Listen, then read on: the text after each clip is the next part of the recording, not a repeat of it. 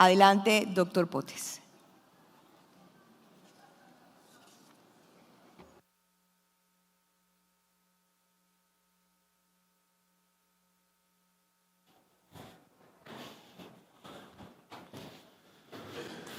Bien, muy buenas tardes. Un placer estar con ustedes. Primero que nada, un agradecimiento a Andy por la invitación para compartir esta experiencia de otros países, en este caso particularmente México. Y me gustaría empezar esta intervención diciendo, bueno, soy Javier Potes y vengo del futuro. Sí, como ustedes saben, tuvimos una elección hace menos de 15 días.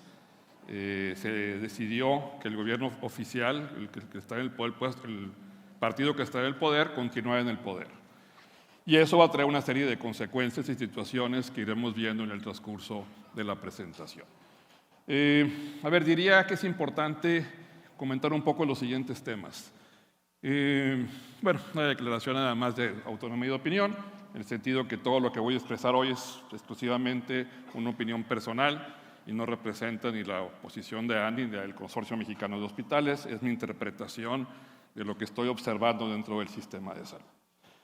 ¿Qué está pasando en México con el sistema de salud? Y yo partiría primero de esto, ¿no? ¿Cuál es el sistema de salud en México? Porque es un sistema bastante complejo. Es un sistema que se diseñó en 1943.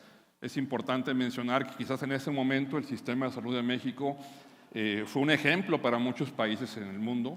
Era un modelo bastante bueno, con muy buena cobertura, con muy buenos resultados.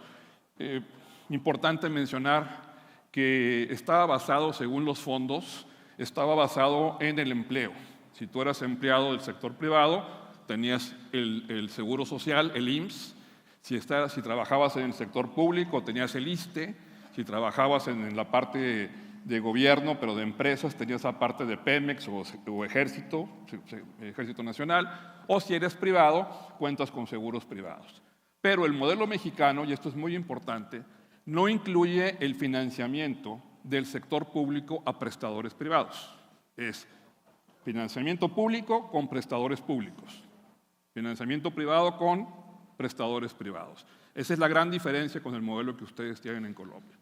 Este modelo fue muy exitoso, yo les diría, de 1943 a 1970, 75 por ahí, que ya empieza a decaer el modelo y empezamos a ver que ya no nos funciona igual.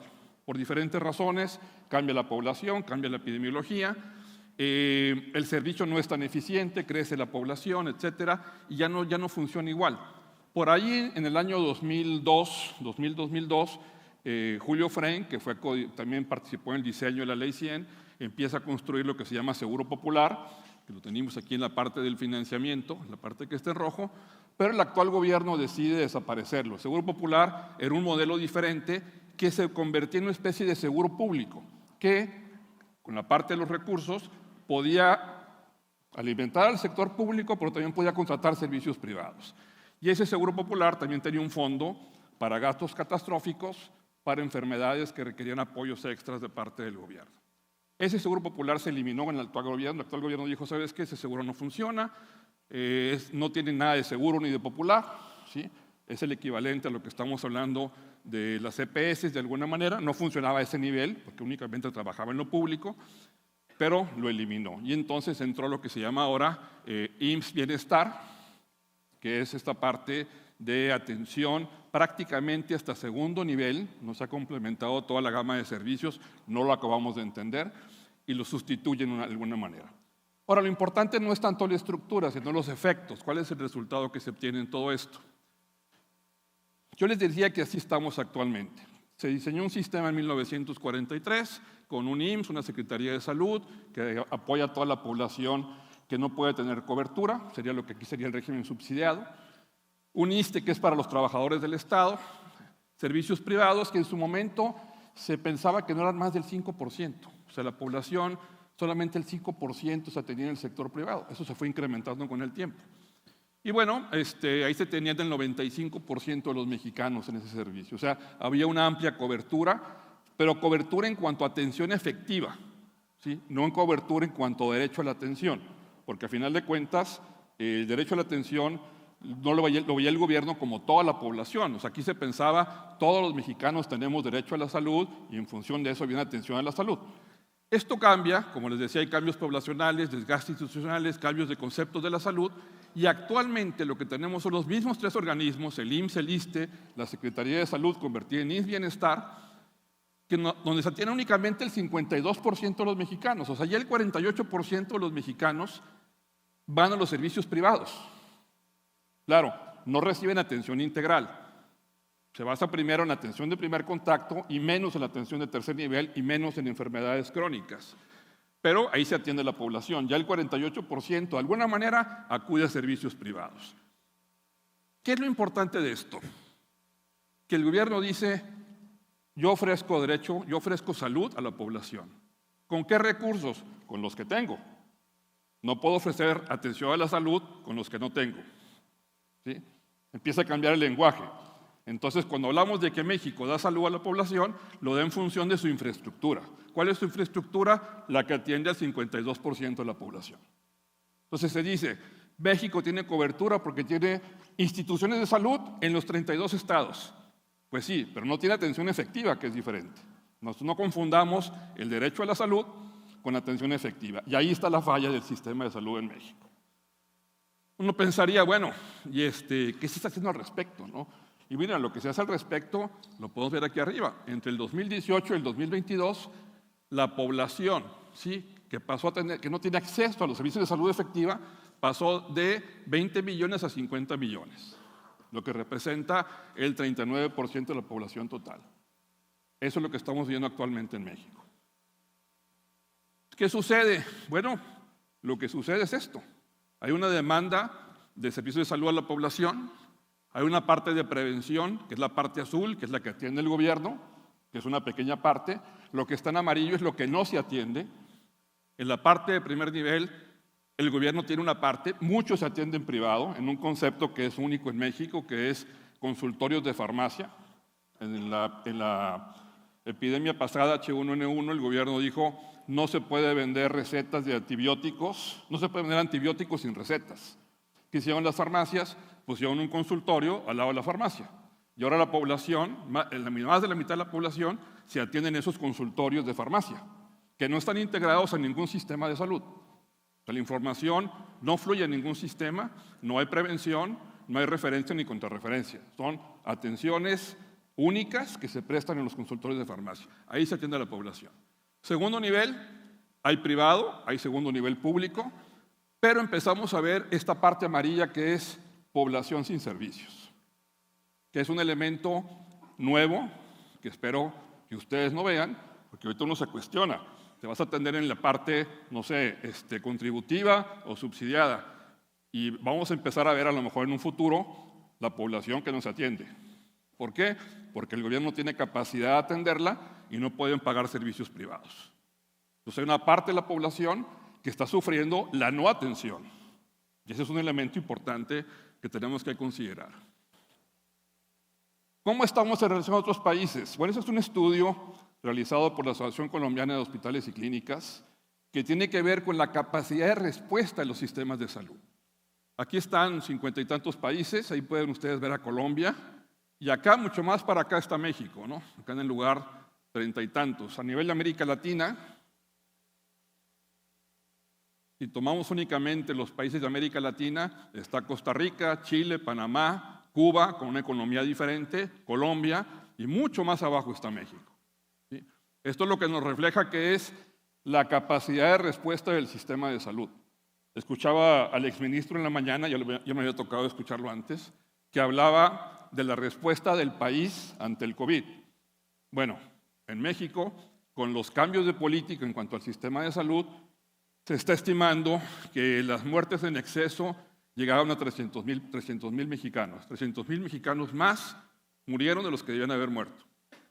Además del empobrecimiento de muchas familias, porque el sistema de salud no tuvo la capacidad para dar respuesta ante el COVID.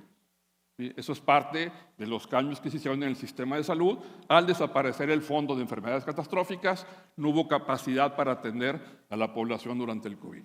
Y así como ese fondo, les puedo hablar del fondo de daños catastróficos, para caso de huracanes, de temblores, que también desapareció ese fondo. Ahorita veremos qué pasó con esos fondos. Y ahora que pasó el huracán en Acapulco, destruyó la ciudad de Acapulco y no hay dinero para reconstruirla. Entonces, parte de los efectos de desaparecer esos fondos. ¿Pero qué pasa con esos fondos? Bueno, datos adicionales, cobertura de la población. México traemos 72% en teoría, Colombia 99%, gasto público 3.27%, un poquito más de la mitad de lo que gasta Colombia. Gasto de bolsillo se complementa, 38% de la población, 38% de gasto de bolsillo de la población, o sea, el complemento de gasto de bolsillo es muy alto en México, comparado con el 13.5% de Colombia. ¿Cuáles son algunas premisas importantes? Pensamos, y esto es una parte importante de esta plática, porque mi objetivo como esta plática en particular es llevarlos a ver un paradigma diferente. ¿A qué me refiero? A mí me gustaba mucho hablar de este lema que dice: está más perdido el que no sabe a dónde va que el que no sabe en dónde está. Y si uno piensa el concepto, dice, pues sí, si no sabes a dónde vas, nadie sale de su casa y empieza a manejar sin rumbo, sin tener un destino a dónde ir. Pero hace unos 6 meses alguien me dijo, no, y está peor el que no sabe ni en dónde está ni a dónde va. Y yo, pues sí, tienes razón. Y lo tomé como broma y ahí quedó. El 2 de junio me di cuenta que no era broma. No sabíamos dónde estábamos como país. No sabíamos dónde estábamos parados como país. ¿Por qué? Porque teníamos unas premisas diferentes. Pensábamos que la seguridad, la defensa, la justicia, salud, la educación, la economía, las finanzas eran los objetivos del gobierno. Vivíamos con ese paradigma. Los gobiernos existen para ofrecernos este tipo de servicios. Es su responsabilidad. ¿Y qué nos encontramos el 2 de junio? Bueno, objetivo del sistema de salud: mejorar y mantener la salud de la población mediante servicios de salud accesibles, equitativos, eficientes y de calidad. Partíamos de ese paradigma, ¿sí? Cobertura universal, garantizar a toda la población tenga esos servicios de salud que necesiten sin barreras financieras. Ese era nuestro paradigma. Así lo veíamos y así como en este foro lo discutimos por años en este sexenio pasado. Nos juntamos en diferentes foros y decíamos dónde está el objetivo del sistema de salud, dónde está el modelo, dónde está la cobertura universal. Y lo veíamos como algo esencial, y tiene que ver con lo que mencionaba hace un momento Dorothy, de elementos esenciales de equidad e igualdad que fortalecen el desarrollo social del país. Y lo pensábamos de esta manera. Si es importante para nosotros que estamos en el sistema de salud, debe ser importante para la población. ¿Sí? Así lo pensábamos en su momento. Y así lo veíamos. ¿Sí? La gente paga impuestos, los impuestos pasan al gobierno, el gobierno planea y gestiona un presupuesto, el cual va a los servicios de salud públicos, que se convierten en salud para la población, y todos contentos. Así es como lo veíamos, y creo que ustedes lo veían también. Pero ¿qué sucede? Cambian los conceptos de las premisas que teníamos nosotros de seguridad, justicia, salud, educación, economía, y cambia a estas premisas. Y eso merita un trago de agua.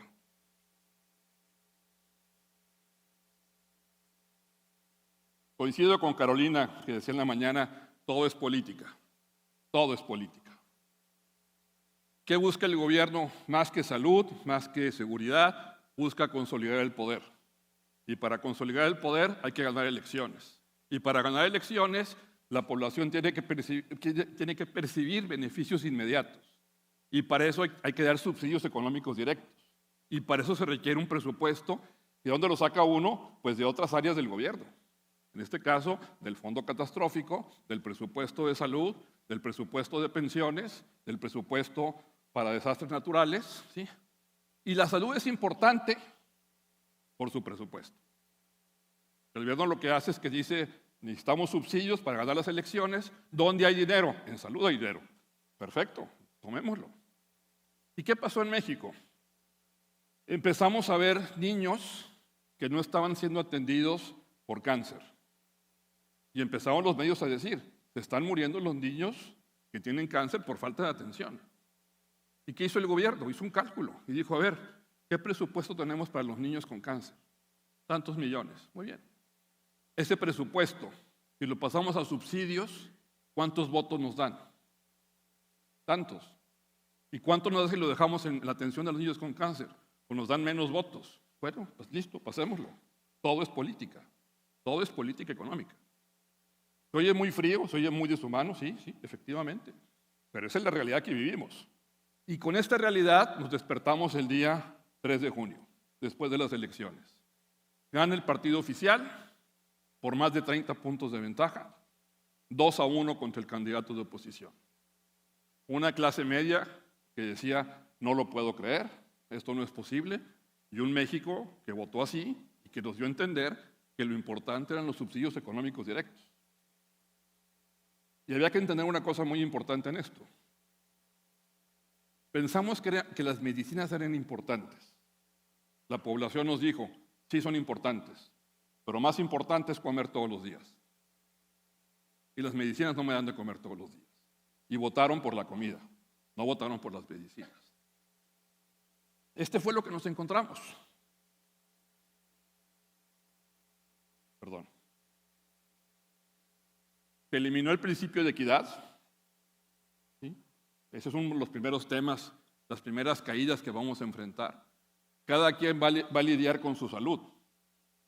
¿Sí? Ya no hay ese principio de equidad donde, bueno, el sistema responde a esa equidad que nos presentaba Dorothy. La primera gráfica que nos dibujaba de los 3 niños en los cajones, pues eso desaparece. ¿Por qué? Porque el subsidio directo lo que hace es decirle a la población, aquí está tu presupuesto en salud. Yo como gobierno dejo de optimizarlo, dejo de hacer sinergias con el presupuesto, dejo de hacer convenios. Ahora tú atiéndete con ese dinero. ¿En dónde me voy a atender? En lo privado. ¿Me va a alcanzar? Ese no es mi problema. Tu población elegiste que querías el dinero en los alimentos, no lo querías en salud. Esa fue tu elección. Oye, pero el pueblo no está bien informado. Pues sí, efectivamente, faltaba información. Pero decidieron en función de sus necesidades inmediatas, que era la comida.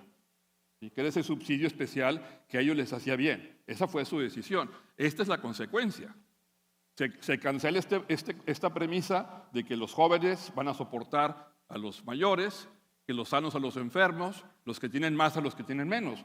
Prácticamente, como decimos en México, cada quien se va a rascar con sus uñas, ¿no? Y eso obviamente va a afectar en la desigualdad y en el desarrollo social.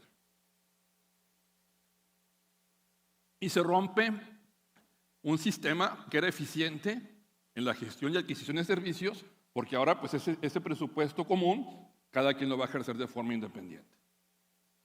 ¿Qué pasó en las elecciones? Este es México. Estos datos que ven aquí los pueden consultar. Esto es lo que vivimos en México. Somos de los países, quizás el país más violento, 170,000 muertos y 50,000 desaparecidos en este sexenio pasado. 25 candidatos, ahora en este proceso de elección, de diversos puestos políticos, también fueron asesinados. Servicios de salud, ya vimos la disminución en cuanto a la cobertura. Muertes por exceso en COVID, 350,000. Se suspenden los programas de vacunación y se recortan gastos al programa de tratamientos para niños con cáncer. Se denuncian acciones de corrupción y se incrementan los subsidios directos a la población.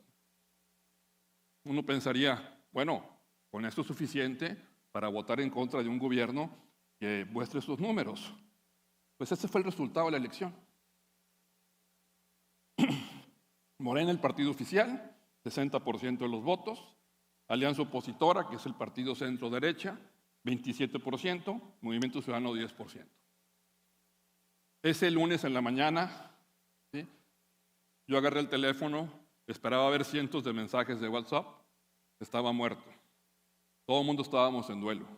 No entendimos qué estaba pasando. No entendimos. O sea, no fue haber perdido, fue ver cómo perdimos la elección.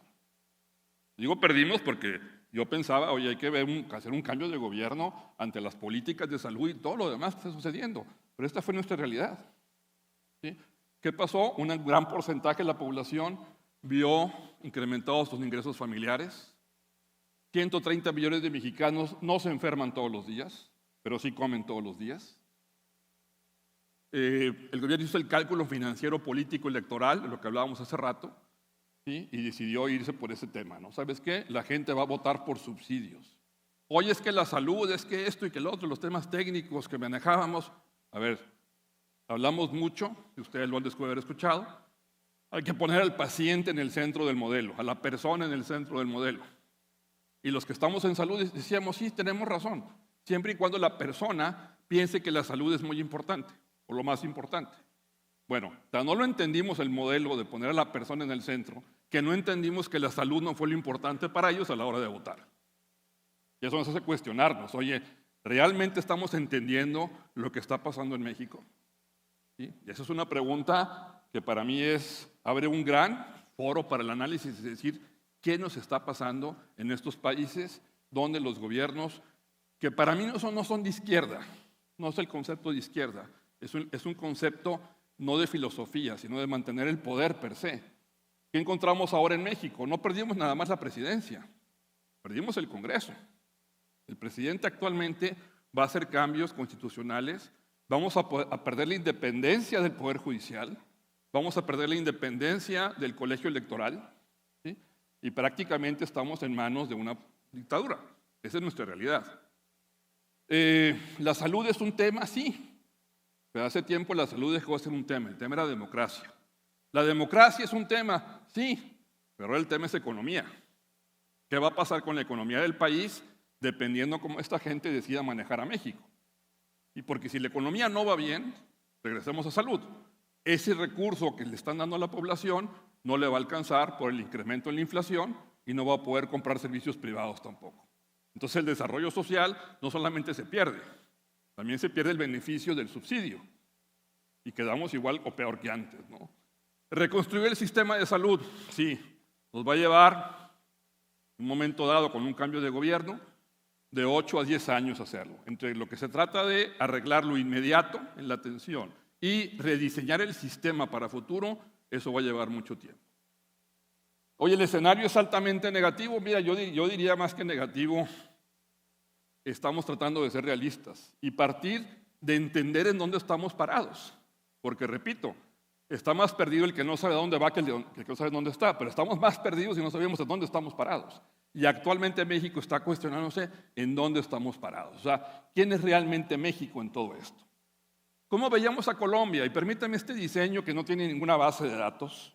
Es un modelo conceptual y quise ejemplificarlo de esa manera, porque Colombia, que está en la raya naranja, estuvo por abajo del sistema mexicano de 1943 a 1993. Yo les decía, 93 para mí, 43 es el desarrollo del sistema mexicano, 93 la ley 100, en la ley 100 el sistema mexicano ya iba en decadencia. Veíamos a Colombia, y lo seguimos viendo, ¿sí?, como un modelo a seguir, ¿sí? A partir del 93 en adelante, para mí era el futuro del sistema de salud de México debe ser parecido al de Colombia. Nuestro presidente decía, el sistema de salud de México va a ser como el de Dinamarca. No teníamos ni idea qué pasaba en Dinamarca, ¿no? Cuando entendimos cómo funcionaba Dinamarca, dijimos, señor presidente, no tiene idea de lo que está diciendo, ¿sí? No nos vamos a parecer en nada a Dinamarca, ¿sí? Pero vaya, volteamos a ver hacia el sur. Colombia tiene un buen modelo, Costa Rica tiene un buen modelo, Chile tiene un buen modelo. A lo mejor los colombianos no lo saben. Hace rato mencionaba alguien, éramos felices y no lo sabíamos. Ahora se están dando cuenta de lo que tienen. Y a mí me corresponde en este foro decirles, miren, es muy valioso lo que tienen, no sé si se pueda defender y hasta dónde, hay que ir pensando en lo que sigue, pero tenemos que estar bien claros en dónde estamos parados. Más que decir, oye, es una lástima, vamos a rescatarlo, a ver, entendamos en dónde estamos parados en este momento. ¿Cuáles son las paradojas que vemos desde este punto de vista? Bueno, desde la perspectiva política y poder, ¿sí? La continuidad de la inversión en salud no es electoralmente tan rentable como los subsidios, ¿sí? Nos dimos cuenta de eso, de que el gobierno hizo el cálculo y dijo, vale más, me da más recursos, me da más fortaleza dar un peso en subsidios que un peso en salud. Eso lo valora más la población. Nos dimos cuenta también que se está privatizando la salud pública a pasos agigantados por una ineficiencia de un gobierno populista, no de izquierda. Un gobierno populista que dice, para mí lo importante es el poder. Y como en ese sentido descuido salud, y al descuidar salud fortalezco al sector privado. Al sector, no al sistema privado, porque en México no tenemos sistema privado, tenemos sector privado. ¿Cuál es la diferencia? No actuamos como sistema. No tenemos un sistema de financiamiento propio, no tenemos prevención, no interactuamos entre el sector privado. Y ese es un elemento importante. Y también esto no es nuevo, ya lo mencionaron antes, requerimos un sector privado, sobre todo salud, con un mayor enfoque social. ¿Por qué? Porque la gente que se está quedando sin salud es gente que no tiene recursos, tiene pocos recursos. No vamos a regalar la salud, tenemos que hacerlo sostenible, pero tenemos que mantener un enfoque social. ¿Cuáles son los retos que vemos para la salud privada en México? Bueno, primero, aceptar realmente al paciente como usuario, como centro del modelo. Y aquí lo que quiero decir es, duele aceptarlo a veces, entenderlo. Cuando ponemos al paciente en el centro del modelo, hay que pensar a quién vamos a sacar del centro. Porque todos queremos poner al paciente al centro. Decimos, bueno, pues no hay muchos centros, nomás hay uno. ¿A quién ponemos? Al paciente, ok, ¿a quién sacamos? Al sistema, a los hospitales. ¿A quién sacamos del centro? ¿A quién le damos prioridad en función de qué? Ese es un primer tema que nos ha costado mucho trabajo entenderlo y lo vimos en las elecciones. No entendemos todavía al paciente, no entendemos al usuario. Segundo, la integración y articulación de los prestadores. No estamos articulados como sector, como sistema privado. Y un caso de esto, porque creo que vamos a coincidir México y Colombia, es que imagínense un Colombia sin financiamiento público, un sistema de salud en Colombia sin financiamiento público. Es posible. ¿Y qué implica eso? Que el sector privado tiene que diseñar sus propios modelos de financiamiento para que la población tenga acceso. Yo represento al Consorcio Mexicano de Hospitales. Somos 57 hospitales en el país. Ahorita nuestra prioridad no es la operación hospitalaria. Nuestra prioridad es financiamiento privado. Oye, ¿les faltan pacientes? Sí, nos faltan pacientes. Les doy datos que creo que son importantes. Nuestra ocupación en los hospitales es del 60%. Bajo. Bueno, el financiamiento de seguros privados pasó del 47% al 27%. Bajó por el costo de los seguros. ¿Nos faltan pacientes? Claro que no nos faltan pacientes. Pacientes sobran. Nos faltan pacientes con dinero. Ese es otro tema. ¿Y qué hay que hacer? Hay que poner dinero en el bolsillo de los pacientes. ¿Cómo? Hay que organizarlos. Hay que trabajar con las financiadoras y decirles, señores, tenemos en México un mercado de 40 millones de mexicanos, casi la población de Colombia, ¿sí?, que puede pagar un microseguro de salud. Oye, pero ¿te va a cubrir todo? No, no te va a cubrir todo. Te va a cubrir el 95% de las causas de internamiento. Te va a dar descuentos especiales para eficientar el gasto de bolsillo en las consultas, en los medicamentos. Oye, ¿qué pasa con los crónicos? Tenemos que tener un programa aparte para los crónicos. El elefante hay que comérselo en pedacitos. No tratamos de hacer un seguro que abarque todo porque va a ser impagable para nosotros. Pero ahí están 40 millones de poblaciones que dicen, yo tengo un ingreso más o menos de $1,500 mensuales y con eso puedo pagar un seguro de más o menos $75 mensuales. Bueno, eso es lo que estamos buscando. Diseñar ese producto, que no lo está haciendo el sector financiador. Lo estamos haciendo los prestadores porque somos los principales afectados con todo lo que está pasando.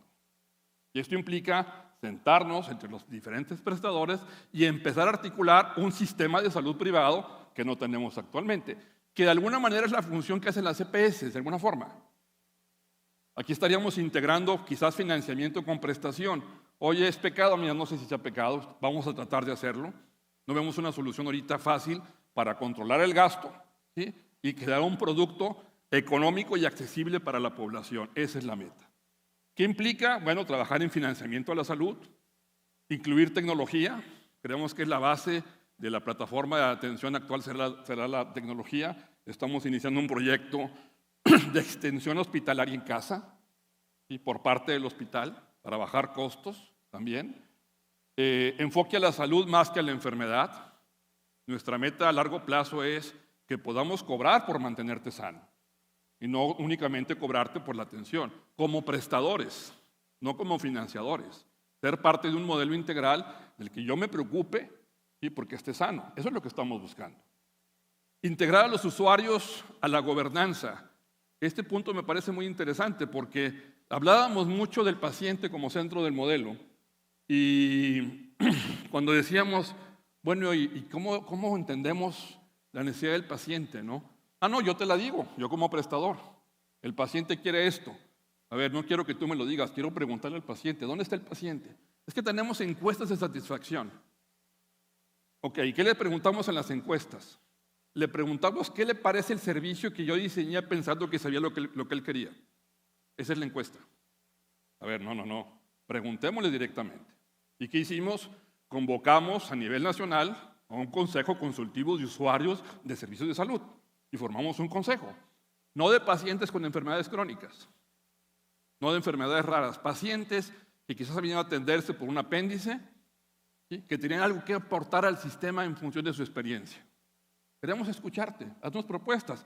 Pero no solamente haz propuestas, vamos a empoderarte y pongamos un asiento del Consejo Consultivo en el Consejo de Administración del Consorcio Mexicano de Hospitales, para que realmente tenga sentido el poner al paciente en el centro del modelo. Insistiría, me fue la imagen, aquí estoy, en el tema del enfoque social, que creo que es importante, ¿sí? Participación con el gobierno, no podemos romper el diálogo. No sé si la cabina me está viendo. Un momentito, ok. Así como que inventa algo. Tenemos que seguir con la participación público-privada, no podemos romper relación con el gobierno. Y tenemos también que ver la parte de cómo participamos con los partidos políticos. Algo que teníamos medio prohibido anteriormente, ahora decimos no, y hay que estar en todos. Y llevar nuestra visión y propuestas a todos los partidos políticos.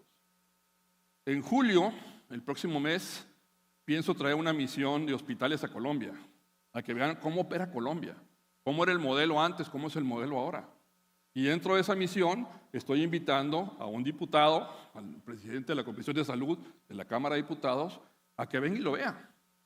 ¿Ven? Y con esos sistemas de financiamiento diferentes. No tienes el poder por el Congreso y demás, no importa, ven y participa. Es importante que estemos involucrados. Ya no podemos ser un sector privado ajeno a la política. Porque nos dijeron, la política es todo, perfecto. Si la política es todo, ahí tenemos que estar de alguna manera, colaborando, haciendo propuestas, a pesar de que las condiciones son adversas en muchos sentidos. ¿Cuáles son mis conclusiones? Bueno, para ir terminando con esto, en un modelo anterior se cumplía una función social al preservar la mejora de la salud de la población, así como el desarrollo social.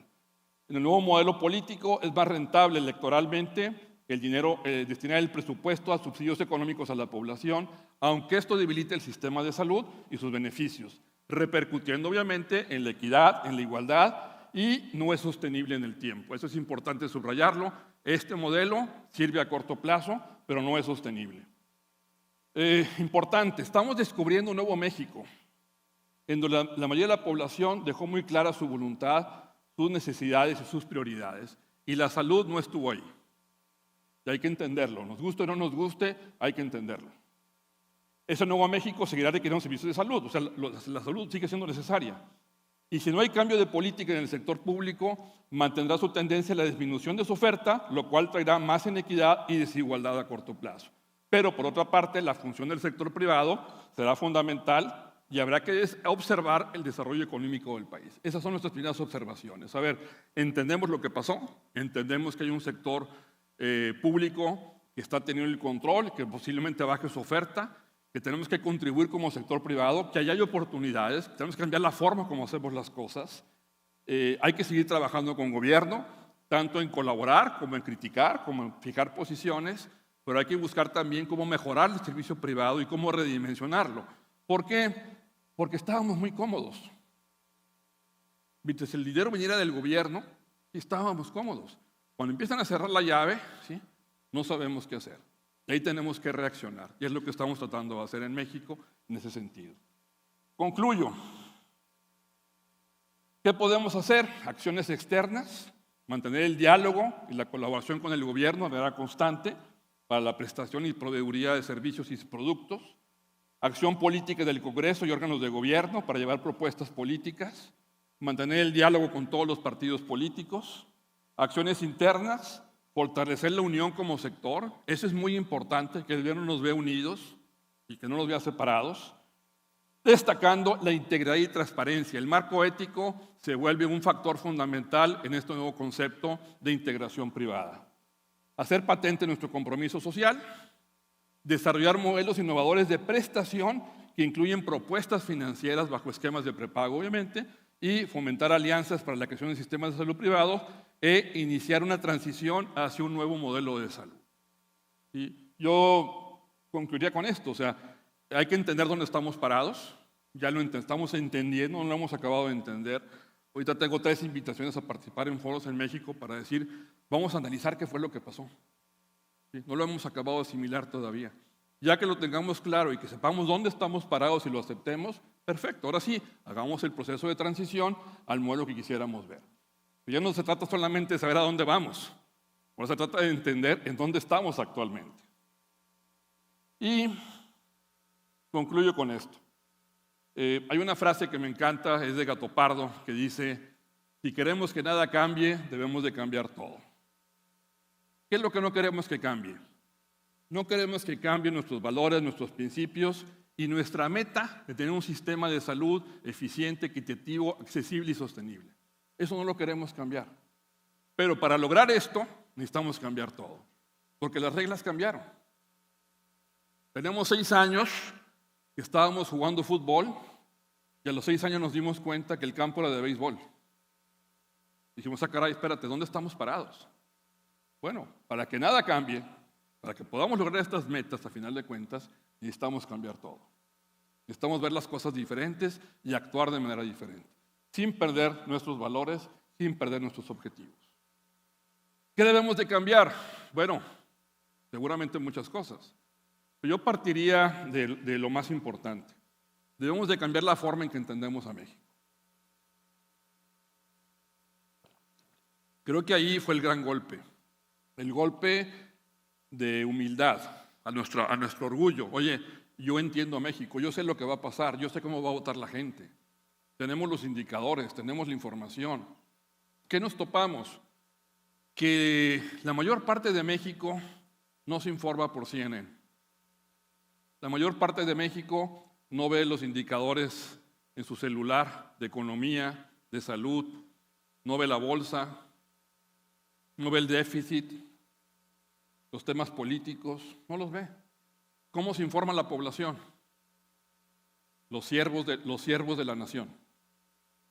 Los siervos de la nación es un ejército del gobierno que va casa por casa a decirle a la gente, el presidente está preocupado por ti, el presidente quiere acabar la corrupción, el presidente te está dando $150 más mensuales para tu gasto en salud.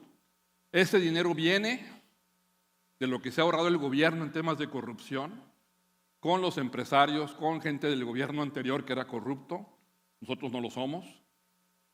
Y venimos a darte ese dinero a ti en tu casa para que sepas que cuentas con el apoyo del presidente. Ten mucho cuidado. Si votas en contra del partido oficial, este apoyo se va a perder. Porque los opositores son del gobierno anterior y te van a quitar ese subsidio. Tú decides por quién votar. El 2 de junio, para sorpresa de muchos, no fue un día de fraude electoral. No tuvimos violencia en las elecciones. Hubo 2 casos en todo el país. 2 casos. No fue un tema. ¿Cuál fue el tema? La gente decidió comer. Votó por tener dinero para la comida. Por eso decidió. Y no entendimos que esa población, que no conocemos, informa de manera diferente. ¿Qué tenemos que hacer? A ver, aprender. Aprender de lo que el gobierno sí leyó. ¿Qué entendió? ¿Y qué hizo al respecto? Y sobre eso tenemos que actuar y pensar cómo nos gustaría que fuera el futuro de México, al cual no vamos a renunciar a colaborar y vamos a renunciar a nuestros principios. Pero, insisto, si queremos que nada cambie, debemos de cambiar todo. Muchas gracias.